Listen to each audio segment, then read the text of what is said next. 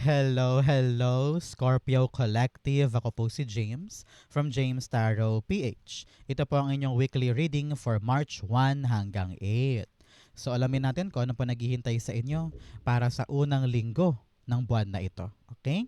So let's begin. Inhale and exhale. Holy Spirit, Spirit Guides, ibigay natin kay Scorpio ang mga mensaheng dapat nilang malaman para sa linggong ito. In your overall energy, the Three of Pentacles. Beautiful. In the area of what you need to focus on, the Ace of Cups.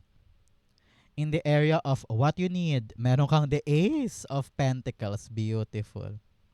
In the area of what's affecting your current energy, meron kang the World card. In your near future, wow, Nine of Cups. Alam mo na, Scorpio, kapag lumalabas to sa aking mga readings, ibig sabihin, time na to para mag-wish ka, pumikit ka ngayon, and i-wish mo na yan. Because this is a wish fulfillment card. Congrats po. In your challenge, meron kang the Hierophant. Sa fortune, the Eight of Cups. Beautiful. In your divine messages, meron po kayo the King of Wands. At ang outcome nyo po for the week, ito po yun. Mamaya sabay-sabay po natin siyang bubuksan sa dulo ng ating reading. But first, mga Scorpio, thank you po muna sa lahat po ng mga hindi nag-i-skip ng ads. Malaking tulong po yan para sa akin. Every time po na meron tayong libreng reading para po sa inyo. Salamat din po sa bawat like and comment in every upload natin. Kaya keep on liking, keep on commenting. Malaking tulong po yan para sa akin. Thank you po. So, in the background of your reading, you have the Fool card. Yes, ready ka na to start something new. Nakikita ko dito na meron kang sisimulan na new chance, new product, or new opportunity na maaring hindi mo akalaing kaya mo pala. Meron sa inyo parang hindi ka sure kung dapat na ba akong tumulay, kung handa na ba ako, kung kaya ba to ng katawang lupa ko. Pero ramdam ko dito yung pagnanais eh. Ramdam mo yan in your heart na, okay, time na for me to take a leap of faith, time na for me to be brave and begin this new journey, no? Kaya ngayon, tinatawag ka Scorpio na yung spirit guides na maging mas matapang, maging mas palaban, na simulan yung proyekto or endeavor mo this time. Okay? Clarify natin to.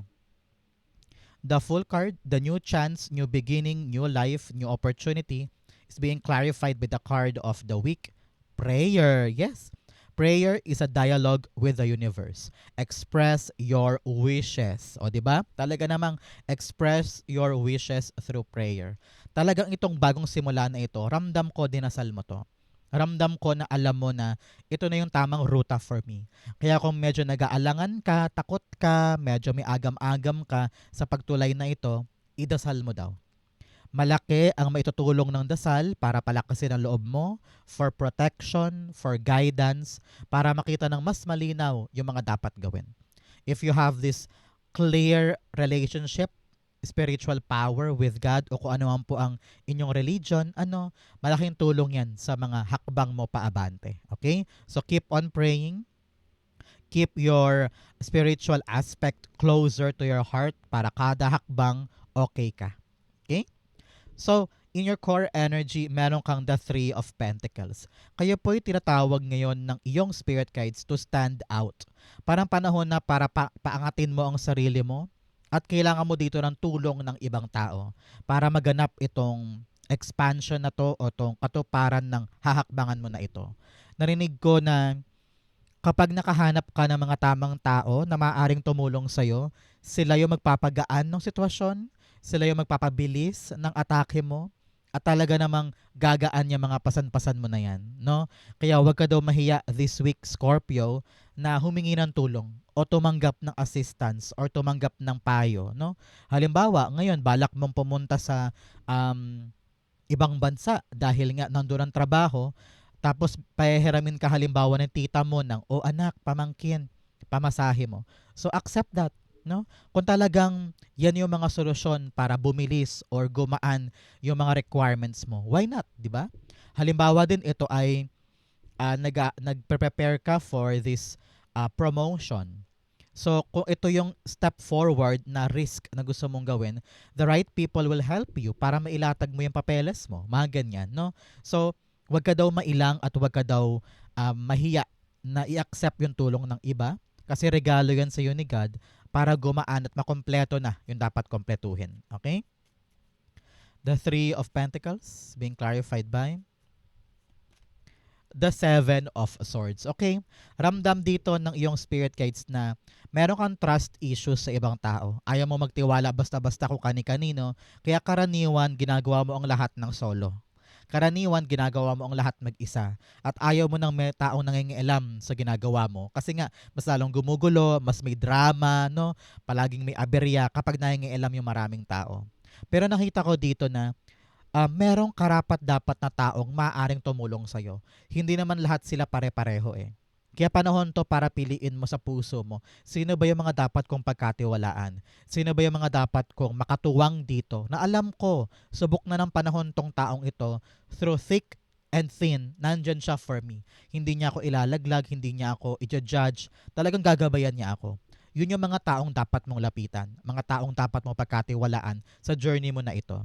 Ramdam ko dito yung pagkailang mo eh. Ayaw mo magtiwala, ayaw mong ipasa sa iba yung gagawin dahil nga baka mapurnada or mawala sa course, di ba? So now, kailangan talaga vigilant ka dito.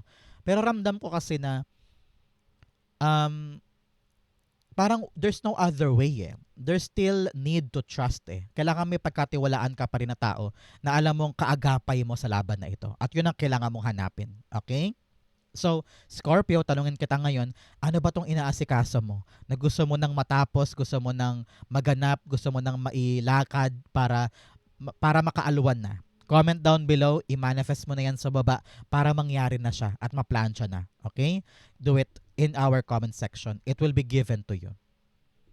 In the area of what you need to focus on, meron po kayong the Ace of Cups. Sabi dito, buksan mo ang puso mo para sa mga papasok na blessing or papasok na mga tao.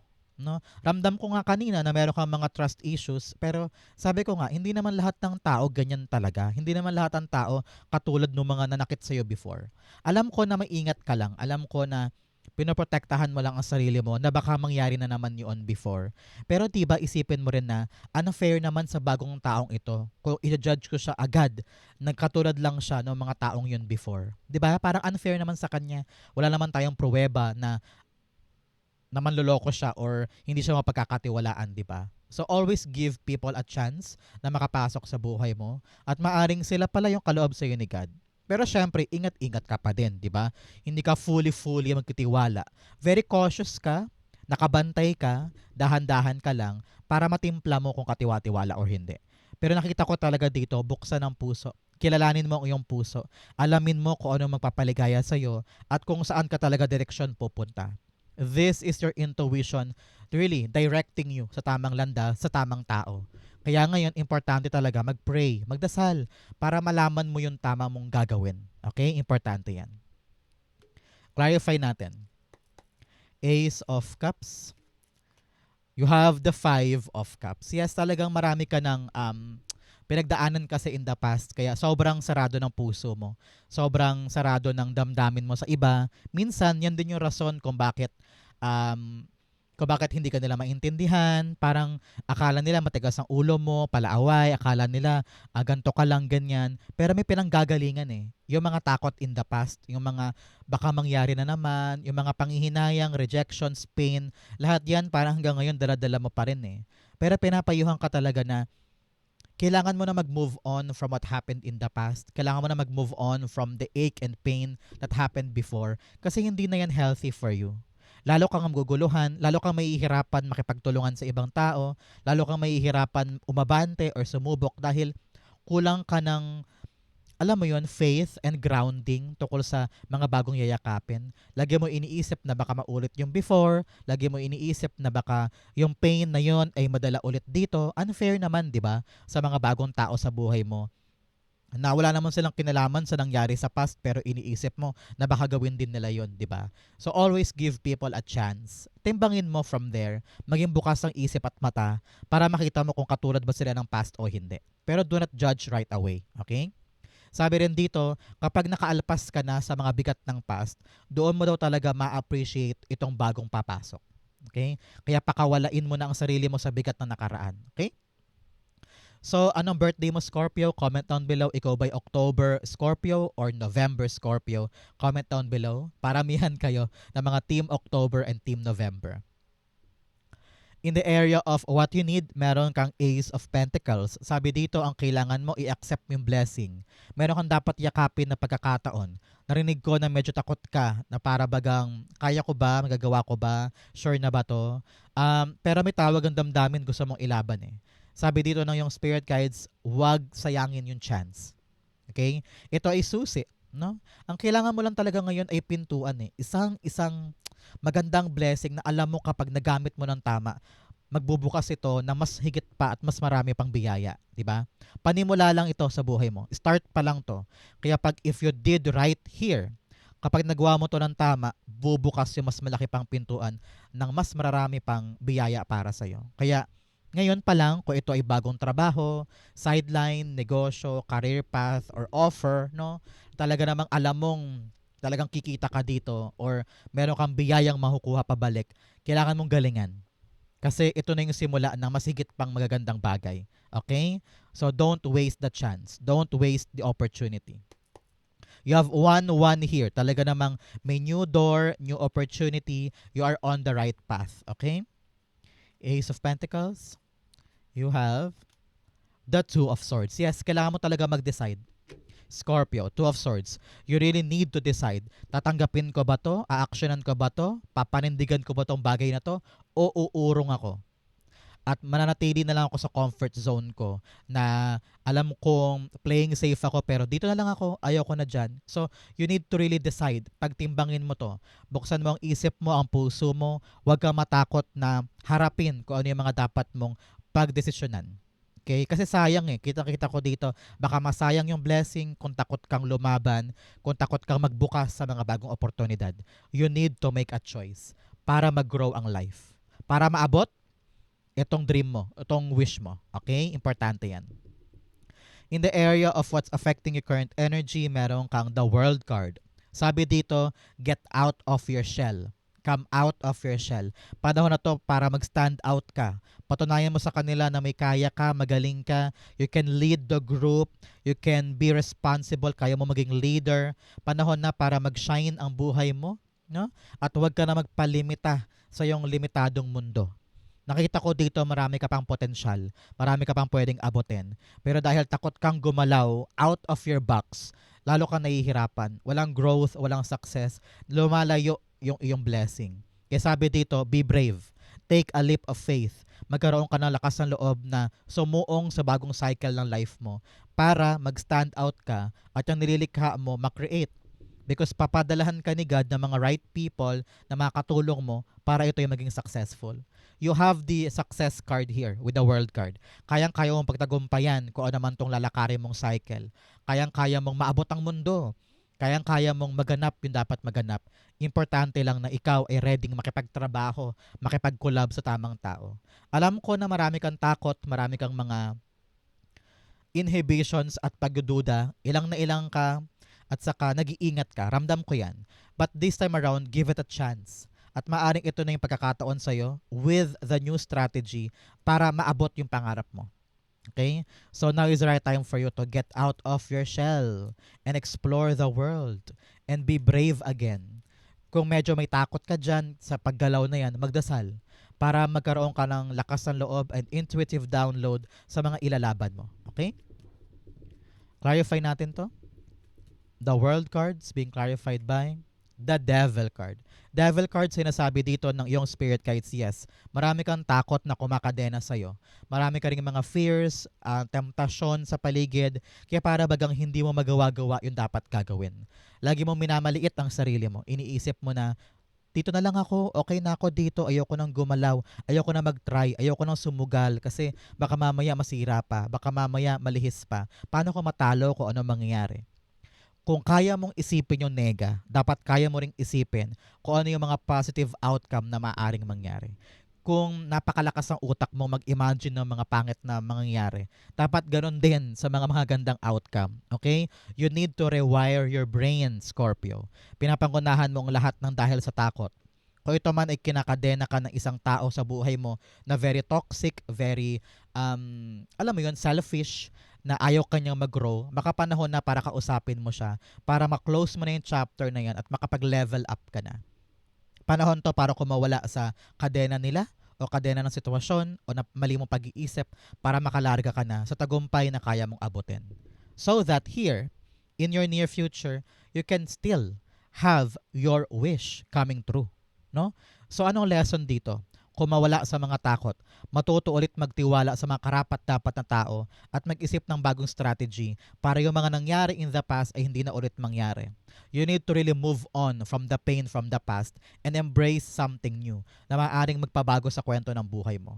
You need to make a choice that will give you the benefit ng blessing. Taking a risk ay hindi laging patalo. Taking a risk ay hindi laging walang saysay. Minsan, kailangan mo talagang humakbang para matupad yung pangarap mo.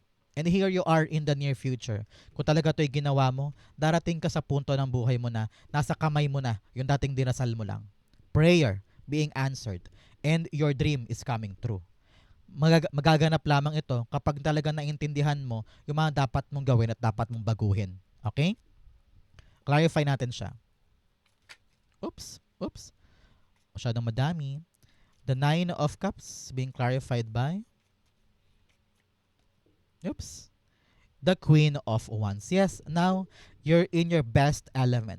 Talagang taas ang noo mo. You are loving your beautiful life, getting your wish, getting your prayer. Talagang napatunayan mo na, yes, kinaya ko. Yung tinapangan ko before, yung sinugal ko before, yung take a leap of faith ko before. Ito, I proved to everybody na kinaya ko siya, na-accomplish ko. Kaya talagang lumakas yung kumpiyansa mo, lumakas yung tiwala mo sa sarili mo. And you now understand na kapag ginalingan ko, kapag hinusayan ko, kapag hindi ako nakinig sa dikta ng ibang tao at hindi ako nagpa-down o nagpababa dahil lang ginudge ako, heto ako. I'm now sitting on my dream life and having this positivity that everything is working out in my favor dahil tinapangan ko, dahil sinubukan ko, dahil pinaglaban ko. Nakinig ako sa mga positibong maaaring mangyari at hindi ko ininda yung mga iniisip kong negativity. Now you are living your beautiful life knowing na napatunayan mo sa kanila na kinaya mo at nagawa mo. Okay? Good for you and congrats po. Claim mo to kung para sa'yo yan. In your challenge for the week, meron kang face your inner demons and the unknown. Sabi dito, yakapin mo yung mga bagay na kinakatakot mo, yung mga bagay na nililihim mo sa ibang tao. Ito yung mga bagay na kinakahiya mo, feeling mo ay kabawasan sa pagkatao, feeling mo kapag nalaman to ng ibang tao ay papangit yung tingin nila sa'yo. Sabi dito, yakapin mo lahat ng kabulukan mo, lahat ng pagkakamali mo. Because parte yan ng pagkatuto mo at parte yan ng pagkatao mo. Diba? So pag tinanggap mo yan totally and fully, hindi na yan magagamit against you ng kahit sino man. Okay? You also have the unknown. Sabi dito, surrender yourself to the unknown. Marami kang mga bagay na hindi naiintindihan. Marami kang mga bagay na hindi sure. Pero kung ramdam mo sa puso mo na, ito yung dapat kong gawin, ito yung dapat kong simulan, I will push this through. Believe in your faith and in your instinct. Kaya mo yan. Okay? In your challenge, meron kang the Hierophant. Sabi dito ng yung spirit guides, panahon na para kumawala ka sa isang nakasanayan na bagay. Feeling ko dito, before sunod-sunuran ka, oo ka lang ng oo, yes po ma'am, yes sir, sige po gagawin ko yan lola, gagawin ko po yan tatay, sige po biyanan, gagawin ko yan. Palagi kang sumusunod sa utos. Palagi kang sumusunod sa nakasanayan. Kaya parang you feel so stuck. Feeling mo nakakadena ka lang sa paulit-ulit na sitwasyon na parang wala nang paggalaw. Tinatawag ka dito na to get out of the box, step out of your comfort zone, and find what makes you happy. Find what will work for you. Kung ano yung gagana sa'yo, kahit taliwas pa yan sa ginagawa ng iba, kung ito yung gumagana sa'yo ito yung gagawin mo. 'Di ba? Example, sa opisina, lahat sila ay pumapasok ng on time hanggang sa time out o paglabas, 'di ba? So lahat sila kada araw tinatapos sila papeles nila, gagawin nila lahat-lahat bago umuwi. Ikaw ginagawa mo, ini-schedule mo. Ito sa umaga, ito sa hapon, ito bukas na to. Kasi sa ganung paraan, productive ka. Meron kang sarili mong sistema. So, wag mo lagi ikulong ang sarili mo sa sistema nila, sa tradisyon nila. Kasi maaaring yung sa'yo iba. Iba yung paraan mo para ma-accomplish yung isang bagay. So, don't be guilty sa bagay na yon. Sabihin mo na lang, ito yung proseso ko eh. Ito yung paraan ko eh. So, kapitan mo yon. Nakita ko dito na you don't need to please anybody, especially sa mga action mo. Okay? Scorpio, the Hierophant is being clarified by the Knight of Swords. Yes, sabi dito talaga, kung ano yung gumagana sa'yo, kung ano yung para sa'yo, yun ang ilaban mo, yun ang ibida mo, yun ang hakbangan mo, yun ang habulin mo. Alam mo naman sa sarili mo kung ano yung gumagana sa hindi eh. Minsan nga, feeling ko nag-iisip ka, bakit iba yung inyo? Bakit iba yung kanila? Bakit ganito siya kumilos? Bakit ganito yung plano niya? Samantalang ako, iba yung paraan ko na nag-work sa akin. Sabi doon, do not think too much. Just go with your flow. And do not be tempted to gayahin sila or pamarisan sila, baka mamaya kasi lalo pang hindi gumana sa'yo, di ba? Nakita ko dito na may umaandar na momentum eh. Kaya wag mo hayaang mapatid yung momentum na yon. Wag mo hayaang lumaylay o humina or bumagal yon dahil lang sa gusto mong sumuwak sa kanilang ginagawa. Do your own thing. You're very, very much unique. At alam ko, diyan ka talaga mag-excel at bibilis ang galaw mo. Okay? Good for you and congrats. In your fortune, meron kang uncovering treasure. Beneath the surface, it lies great bounty. Sabi dito, wag mo daw laging isipin na mahirap na hukayin yung treasure. Tingnan mo siya. Yung dragon, akala niya malalim yung treasure, pero ang babaw-babaw lang pala ng pagkakahukay. Ibig sabihin, kapag meron kang gagawin na trabaho or project or endeavor, wag mo laging isiping mahirap. Malay mo, unang hakbang mo pa lang, kuha mo na agad. 'Di ba? So, always think na mababaw lang ito, kayang-kaya ko ito, mabilis lang to, madali lang ito. Wag mo laging isipin agad, pangunahan agad na mahirap. Okay? You also have traveling lightly, simplify your life. Yes, pagaanin mo ang buhay mo, pasimplihan mo ang buhay mo. Yung mga baggages, yung mga ego and pride, let it go para gumaan yung gagawin. Okay? In your fortune, meron kang the Eight of Cups. Sabi dito ng iyong spirit guides, walk away from something na hindi talaga para sa'yo. Iwanan mo na yung mga bagay na na-realize mong it's not helping anymore. It's not fruitful for me anymore. Hindi na siya aligned sa pangarap ko. Now, I'm ready to live. Ngayong linggong ito, lilinaw na ang isip mo sa mga katotohanan. You will know the truth about something and you will realize na parang, ay, oo nga no, sige nga, time na for me to let this go. Time na for me to pivot my life and make a brand new beginning para magkaroon ng magandang fulfilling life ang buhay ko. Nakita ko dito na iiwanan mo na yung mga bagay na dati akala mo hindi mo kayang iwan. Pero ngayon dahil pabalik-balik yung epekto na hindi na ako masaya, hindi na ako fulfilled, hindi na ako kontento, panahon to para i-honor mo naman ang sarili mo at habulin mo yung mga bagay na para sa'yo talaga. Okay? The Eight of Cups, yes, the Chariot card lumabas. Sabi talaga dito, abante, abante, abante sa mga bagong bagay. Narinig ko na wala kang sasayangin ng pagkakataon. You will now charge forward and you will not waste any time. Dahil naburo ka na eh, nasayang na yung oras mo sa mga maling bagay eh. Kaya itong nagising ka na, natuto ka na, you are now ready to jump. Jump into a new adventure kung saan doon panalo ka, mas mabilis ang tagumpay, mas magaan at kayang-kaya mo siyang ipanalo. So congrats po sa mga bagong journey ninyo. This new opportunity na talagang susugalan mo ang magdudulot sa iyo ng success at talaga namang fulfillment sa life. Congrats po. Okay? I-claim mo to para sa iyo yan. In your divine messages, meron kang luck is on your side. Yes, yung swerte daw nasa kamay mo, no? Pinapanigan ka ngayon ng swerte kaya gamitin mo ang chance na to para magkaroon pa ng maraming blessing. I-claim mo to para sa iyo to. Okay? You also have emotions are running high. Yes, halo-halo emotion. Gusto mong yakapin itong bagong opportunity pero nangangamba ka tungkol sa mga nakaraan. Meron ka pang inaasahan sa past mo pero ngayon parang hindi mo alam kung kabitaw-bitaw na ba o magagalak ka ba sa bagong bagay. Emotions are running high. Pabago-bago pa iba-iba. Kaya kailangan talaga dito, you need to step out panandalian, magbakasyon, magpahinga, magmuni-muni sa park o kahit sa garden mo para luminaw ang isip mo at mahanap mo yung tamang gagawin.